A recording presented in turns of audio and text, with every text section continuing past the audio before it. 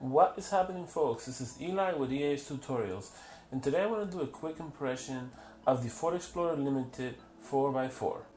I recently had the opportunity to drive this car, and I can tell you that I'm very impressed so far. For me, this is very different considering that I usually drive smaller cars. So let's get started. In this limited edition SUV, you pretty much get a lot, and Ford did put a ton of features on it that we're going to talk about as we go into this video. As you can see, these are the buttons to control the mirrors. You can actually control both of the mirrors on left and right, and you have a button for each side, so it lets you switch if you need to change the mirror.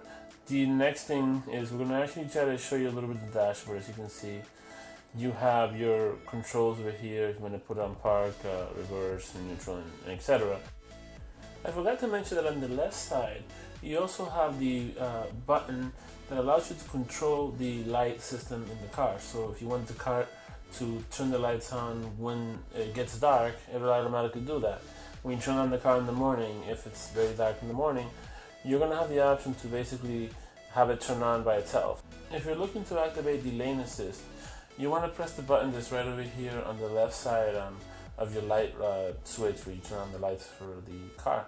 And that'll help you activate it and get started with that.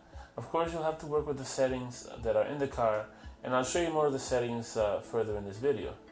This vehicle has a lot of advanced features, and one of them is advanced cruise control. It helps you with that, and also a great infotainment system here if you look. With Android Auto and also Apple CarPlay, the car just becomes a lot more smarter. Now, it does have its own features, its own GPS and all that cool stuff, but if you like to use the technology that you use in your phone, this is a great thing to have because you can actually add it onto your dashboard.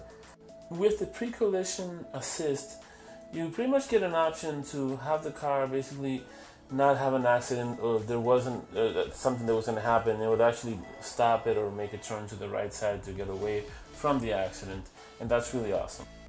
On top of all that, you also have the speed sign recognition, which pretty much reads the speed sign when you're driving and adjusts the speed of the vehicle as you're driving. You also have an awesome rear view camera, and pretty much the system tells you when you're near other objects if you set it up to give you those alerts. And I always found those features very awesome in these cars because this is a pretty big SUV. I'm gonna go ahead and connect my Pixel phone onto this car just so that I could show you how it switches from the infotainment system that it has into Android Auto. As you can see, it goes right into the map. It starts showing addresses where you're going to be going to. You can actually pick the address, and it's all pretty cool. You can just touch it on top. One of my favorite features while using Android Auto is the feature to play music with YouTube Music. It is a great service, and if you're subscribed to the YouTube Premium, you actually get to have access to all that music with your account. So you can create your own playlist. If you like a certain artist, you can make playlists with that specific artist. And it's really cool technology when you think about it, because you can like a song and just go to your likes area and literally play the songs that you like. But there's also messaging apps such as Messenger and text messages and WhatsApp and all that cool stuff. You can also use Google Voice and Waze as well. And it just makes life easier altogether.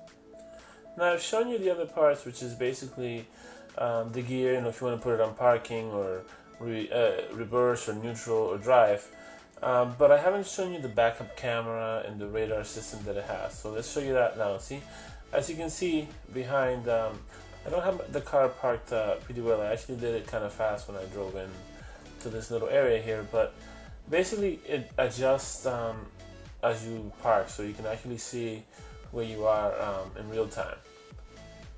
It is very important to check around your surroundings, because you can have someone behind you, you can have someone on the right side or the left side behind you, so you have to be very careful. And the great thing about this car is that it gives you an alert and lets you know if something's happening. And I want to show you the car moving, from the point of view of the camera, so you can look at it how it moves slowly.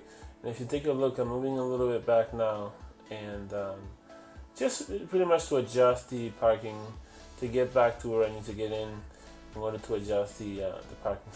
When you're parking a car as big as this one, you have to be really careful, and With this feature, it definitely helps you because you can really adjust it and make sure that you actually can see everything as it is going on. So if you have a tight space or anything where it's uncomfortable, you're able to adjust it. And I definitely like that feature a lot. In this last part of the video, we're going to show you how it looks like when you're driving the car. This is pretty much how the visibility works on this car. It's pretty good comparing to some of the cars that I've driven in the past. But obviously, it depends on the person and how you are seated in the car as well. So make sure to adjust the seats correctly.